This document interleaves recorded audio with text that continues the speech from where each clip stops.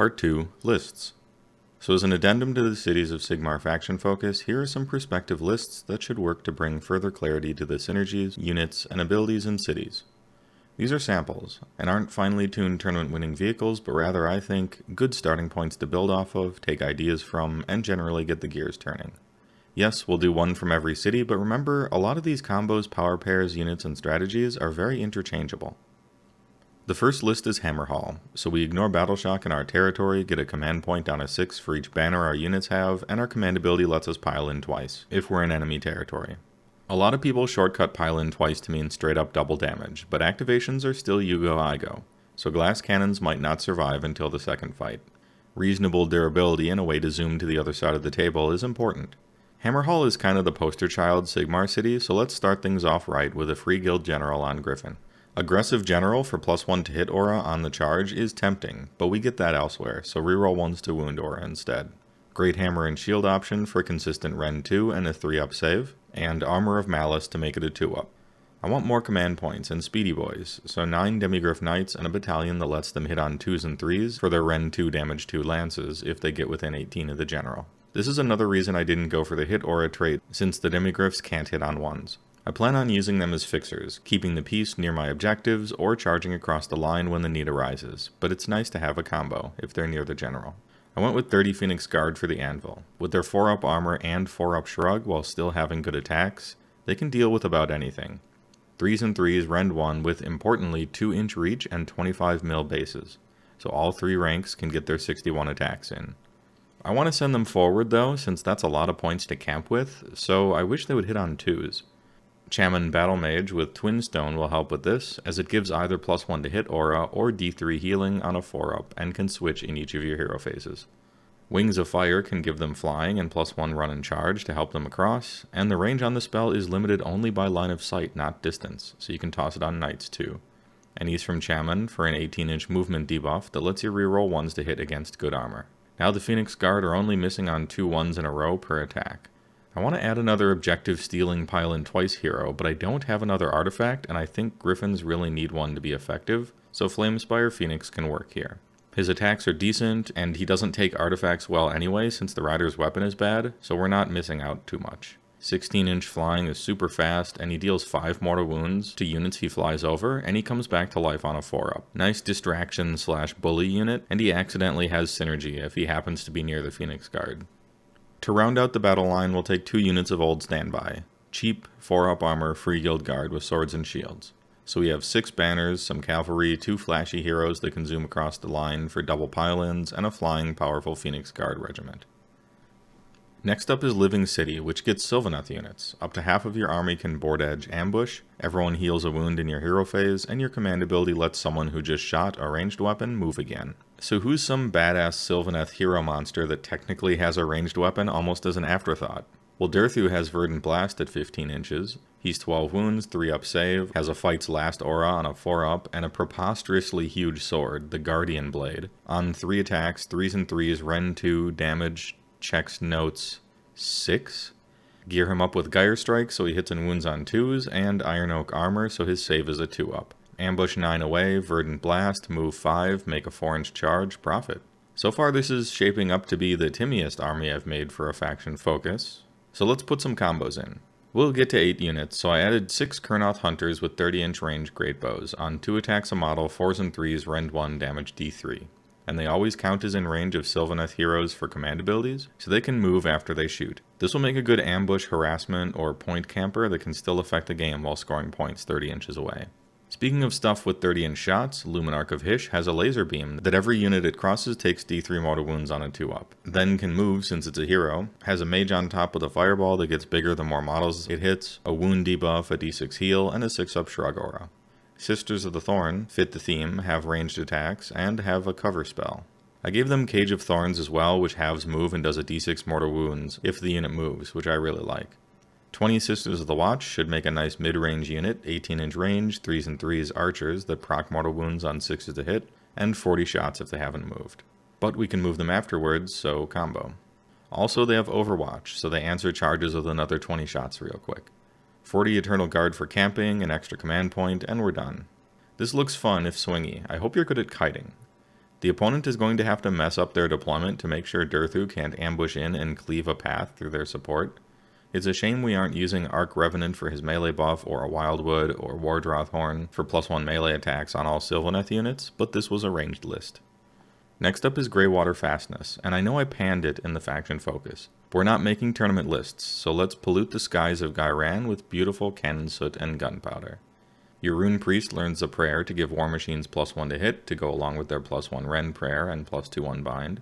You have +3-inch range on guns army-wide, and Salvo Fire gives your handgunners and Iron Drakes +1 to hit. I'll take 70, please. Iron Drakes will get 38 shots at 19 inches if they haven't moved on 2s and 3s damage 1 Ren 2 thanks to our Rune Priest. Plus the captain has 2 shots with his 23-inch Grudge Hammer Torpedo, that's Ren 2 damage D6 against monsters. They have decent armor for ranged with a 4-up save and 3-up versus shooting. The handgunners have 29 pistol shots at 19-inch range, 2s and 3s, Rend 1 with full buffs. Their marksman has one 33-inch long rifle shot on 3s and 2s, Rend 1 damage 2, and it ignores Lookout Sir. They also have Overwatch, so they get to fire on an enemy that charges them once a turn. The general is a drill master, so we're re-rolling 1s to hit on those Iron Drakes. More guns, please, so an artillery battalion of Cogsmith and 3 Hellstorm rocket batteries that shoot twice a turn on turn 1. With full buffs, that's 18 shots at 39-inch range on 3s and 3s, Ren 2 damage D3, re-rolling 1s to hit. Cogsmith Adjutant gets Mastro Vivetti's Magnificent Macroscope for an extra command point and +1 to hit with his Grudge Taker. I am once again asking for your artillery support. Well, a Star Drake is like living artillery. No, really, in the shooting phase he's got Rain of Stars, where you pick D6 units anywhere on the table and they take D3 mortal wounds on a 4-up. How about those pesky 5-wound buff heroes hiding in cover? He's also got 16 wounds, a 3-up save, and enemy wizards cast at -1 around him. I gave him Steam Piston Plate Mail for a 2-up save, because that sounds like a lot of fun to kit bash. He's cosplaying as a flying steam tank.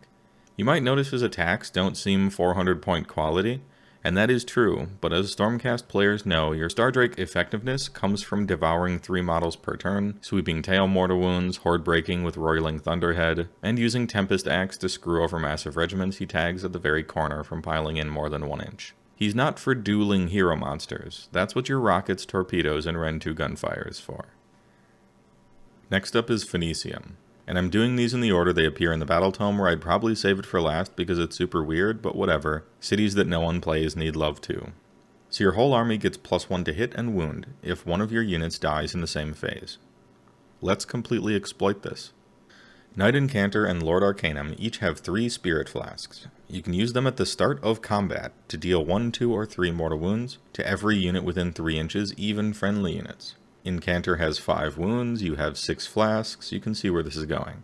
When it's time to throw the switch at the start of combat, Incanter uses 3, Arcanum uses 2, Incanter dies, and after dying to trigger +1 hit and wound army-wide, he gets healed to 1 life by Arcanum's Cycle the Storm ability. Now 30 Free Guild Greatsworders hit and wound on 2s with their Rend 1 damage 1 attacks that proc a mortal wound per 6 to hit. Your Phoenix Guard and heroes are on similar 2s. I gave the wizards AoE heals to help heal them back up after the combo, and Incanter has a once per game auto unbind for kicks. I gave the general Seeker of Vengeance for bonus attacks when our guys die, and Gyre Strike so he always hits and wounds on 2s. I don't want to have to need the combo if it's not time yet. The Phoenix's aura of fighting after you die is not only useful for them, but for your greatswords, and the unit of cheap flagellants. They suck, but they get 4 attacks a model if they die, and they get to attack after they die. So we've kind of turned Phoenix Temple into a sacrificial perversion of their ideals, but maybe that's how it's supposed to be. Throwing people away for bonuses seems to just clearly be the intended playstyle. We just hooked up a remote detonator. Next up is Anvil Guard, and they're corrupt pirates, so we got black market dealings for 2 artifacts even though we don't have a battalion.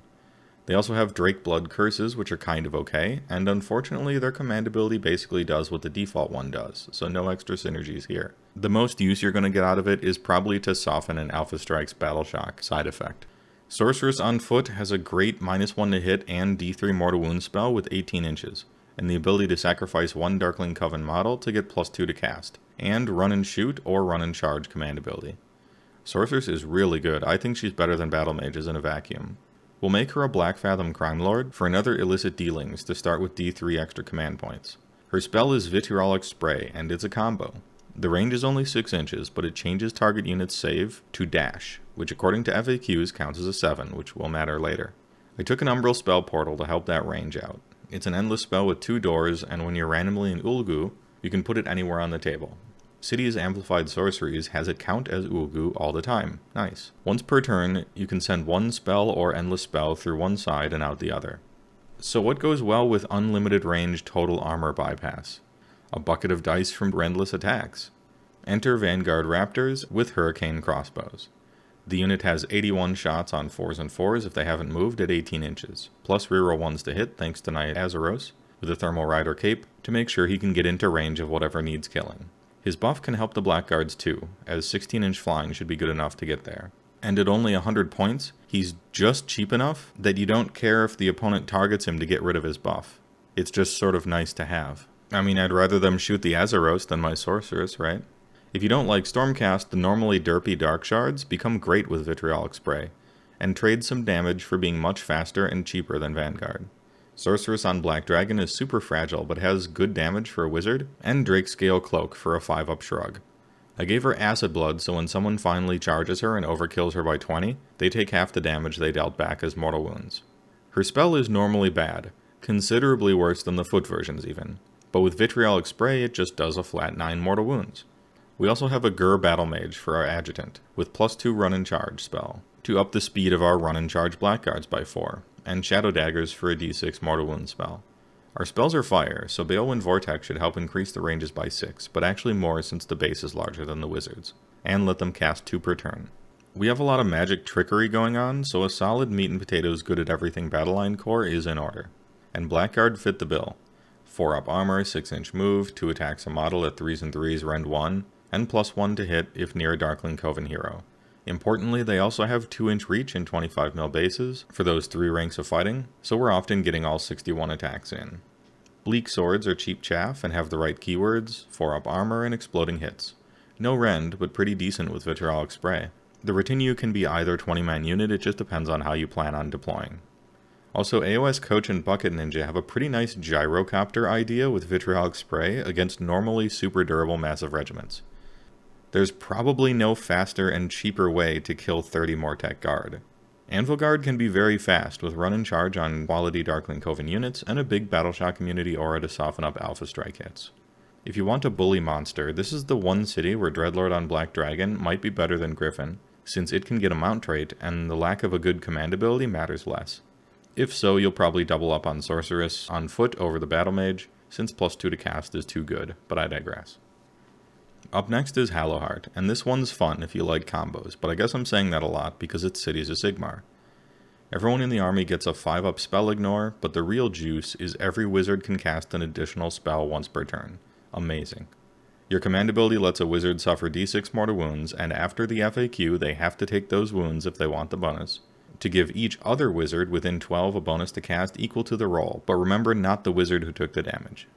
Normal armies are thrilled to get even a +1 to cast, so I can't understate how huge a d6 is. And our battalion gives +1 also, and can include 3 to 6 wizard keywords for free drops. So we need a wizard hero who won't die if you roll a 6. Celestial Hurricaneum with Battle Mage.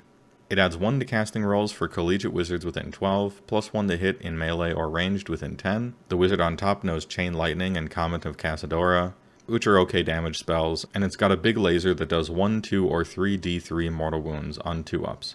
I gave it Algaraxi Prism, so it's -1 to get shot, Elemental Cyclone as a 4-up per model Horde Breaker spell, and Ignite Weapons to buff our combo, with +1 to wound rolls in melee and ranged. A Hish Battle Mage with Roaming Wildfire for AoE mortal wounds, and Warding Brand to kick back a mortal wound per melee damage a unit takes on a 4-up. And he's from Hish, so he has a -1 to get hit buff. And he's the adjutant of the Rune Lord General, whose +1 Rend Prayer buffs our combo and unlocks Dispossessed Battle Line. Iron Drakes are Blaze Masters, so I made him Veteran of the Blazing Crusade, which is 18-inch Battleshock Immunity aura. No command points required. Speaking of Iron Drakes, here's 30. So we summon an Amplified Sorcery Soulscream Bridge Endless spell on like a 3d6 +2 to cast, to teleport them 24 inches, which doesn't count as a move, and then they blaze away. Rune Lord and even Chaff Screen can come along too, just be careful to pre-measure the ranges, they're all wholly within. The Incantor has a once per game auto unbind and white fire tome, so she knows all 6 city spells and can summon the Everblaze Comet, which does nice AoE mortal wounds and then stays on the table to get in the way. I don't think it's quite worth the full 100 points, but getting in the way is the kicker. 20 Hammerers make some nice garbage men to take out the trash if anyone gets too close to our school of collegiate combo wizards. Some Sisters of the Thorn, now with 2 spells each, have good movement and fit in the battalion to round things out. It's definitely a House of Cards one-trick pony that can fall apart if heroes die and might struggle to spread out and control a bunch of objectives at once, which are valid criticisms, so anyway I started blasting. Finally, Tempest I, which can include Caradhran Overlord units. Everyone gets +1 to run, and during the first battle round, not just turn, your army is at +1 armor and +3 move, which is huge. Your command ability Rapid Redeploy lets you run and shoot, which all seems like we want dudes who can shoot like Iron Drakes except maybe more mobile. Grunstock Thunderers like guns, possibly more than Greywater Fastness does. Their War Scroll has 6 different gun options of varying quantities and qualities, but relax, just give everyone Aether Shot rifles. The others aren't really worth it. 2 shots a model, 3s and 4s, rend 1, damage 1 at 18 inches. And a double-barreled one for the Sergeant. Actually, 1 Fumigator on each end for -1 to get hit aura seems okay. These are big boys, 2 wounds a model, 4 up armor, 3 up on turn 1, don't need to stand still, and they all get +1 shots against enemies in combat with them. They'll be retinue for the Aether Chemist, with Hawkeye and Etheric Augmentation, so the Thunderers can wound on 3s, rerolling 1s. And he has a different -1 to hit aura. We need a home base or a big screen depending, so 40 Free Guild Guard for 280 is a cost-effective choice. Also, they hit on 2s in large units. MSU handgunners are nice to finish off battle line. Now we need dudes who can absorb that +1 armor and +3 move to bully the table while the Thunderers blast. Free Guild General on Griffin with Ignax Scales for a 4-up ward seems good. And how about we kill 2 birds with 1 stone, since someone still has to cast our amazing Aura of Glory spell. Lord Arcanum on Dracoline with 3 Evocator Cavalry. They're all on 12-inch move, 15 on turn 1, reroll charges for free, and all their mount attacks do D3 damage on the charge. The Evocators deal mortal wounds after they fight and have weapon options that are honestly personal preference. I went with the 2 damage ones that have longer reach. They also reroll once to save against getting shot, and they're a wizard but only know Empower, which buffs them to reroll wounds. The hero has a better save and better attacks, and a command ability that gives Dracoline mounts +1 attack per model, and he knows Aura of Glory, which gives +1 attacks per model as well. We made a pretty good 4-man Death Star out of him. To finish off the list, I added a unit of Sisters of the Thorn to prance around and give someone Aura of Glory in a pinch. Cities of Sigmar armies, at least from a starting point, tend to be high drops, so you'll need to have a plan for not just your strategy, but also your opponent's. My sample lists probably should have had a bit more chaff in them, but I was highlighting synergies, interactions, jobs, and trying to keep them sensibly diverse, since one of the selling points of cities is the large pool of units that are reasonably balanced between each other. There are winners and losers per role, of course, but this isn't some Stormcast Eternals battle tome with 5 units competing for the exact same job and 4 of them actually suck, and they all cost too much. But I digress. Cities lists themselves tend to be compartmentalized and orderly, as befitting the civilized military nations they hail from. This is our hammer power pair, this is our anvil power pair, this is our combo, now we need a shooting power pair, etc. The trick will be keeping them alive and choosing proper target priority with the roles you have available. And your deep pool of quality units means you have a lot of lateral as a city's army to customize what you're doing depending on your local metagame. If you have a lot of anti-magic counterspells, you can go Hallow Heart and just roll 14s to cast and power stuff through anyway. If you have a lot of OBR or dudes with incredible armor, you can go Vitriolic Spray and simply shut it off and wipe them off the table. If you have a lot of Alpha Strike, you can go Living City with lots of chaff and start with all your good units off the table to ambush them in after the alpha. If you need tons of melee damage, you got tons of melee damage. If there's a lot of monster mash, honestly you're pleased because most cities dunk on monsters. You're the silver bullet toolbox for a reason. It's just about choosing which ones to put in your army.